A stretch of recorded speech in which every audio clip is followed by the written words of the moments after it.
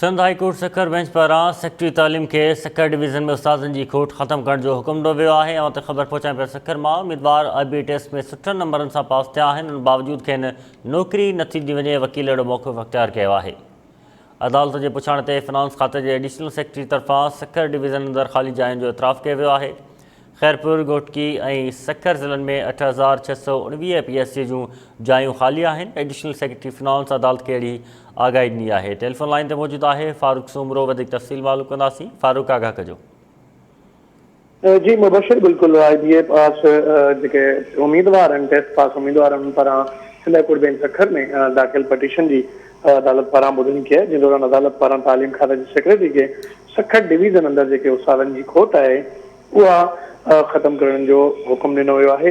IBA test pass गंबड़ वासी उम्मीदवार बासित अली पठान तरफ़ां दाख़िल करायल दरख़्वास्त जी Sindh high court bench Sukkur जे जस्टिस सलाउद्दीन पवर ऐं जस्टिस अब्दुल मुबीन लाखो ते ॿधल बिरुकनी बेंच ॿुधणी कई, जंहिं दौरान दरख़्वास्त गुज़ारनि जे वकील मंज़ूर हुसैन लाड़क अदालत खे ॿुधायो त IBA टेस्ट पास उम्मीदवारनि सुठियूं मार्कूं खणी पास थिया आहिनि, पर इन बावजूद खेनि नौकरी न पई ॾिनी वञे, जंहिं ते अदालत पारां उते मौजूदु लाॻापियल अमलदारनि खां पुछाणो कयो, जंहिं ते फिनांस खाते जे एडिशनल सेक्रेटरी अदालत ॾाढो इतराफ़ कंदे ॿुधायो त सखर डिवीज़न में ख़ाली जायूं आहिनि। सखर डिवीज़न जे 3 ज़िलनि खैरपुर, घोटकी, सखर में 8619 PSC जूं जायूं अञा ख़ाली आहिनि, जॾहिं त 60 नॉन टीचिंग स्टाफ जूं पिण ॼाणायल जायूं ख़ाली आहिनि। अहिड़ो अदालत में एडिशनल सेक्रेटरी फिनांस पारां अदालत में अहिड़ी रिपोर्ट सबमिट कराई वई आहे, जंहिं ते जस्टिस सलाउद्दीन पवर पारां रिमार्क ॾींदे चयो त ॿारनि जे मुस्तक़बिल जो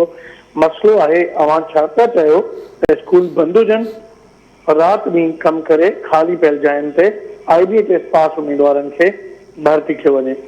वकील मंज़ूर हुसैन लाड़क मुताबिक़ अदालत सखर डिवीज़न अंदरि ख़ाली पियल जायुनि ते सेक्रेटरी तालीम खे हुकुम ॾिनो आहे त हिकु हफ़्ते अंदरि भर्ती करे अदालती हुकुम ते अमल कयो वञे ऐं सखर डिवीज़न में जेके ख़ाली जायूं आहिनि उहे फिल कयूं वञनि। ॿी सूरत में सखर, खैरपुर, घोटकी जा जेके एडीओज़ आहिनि उन्हनि ख़िलाफ़ तौहीनी अदालत जी कार्रवाई कई वेंदी।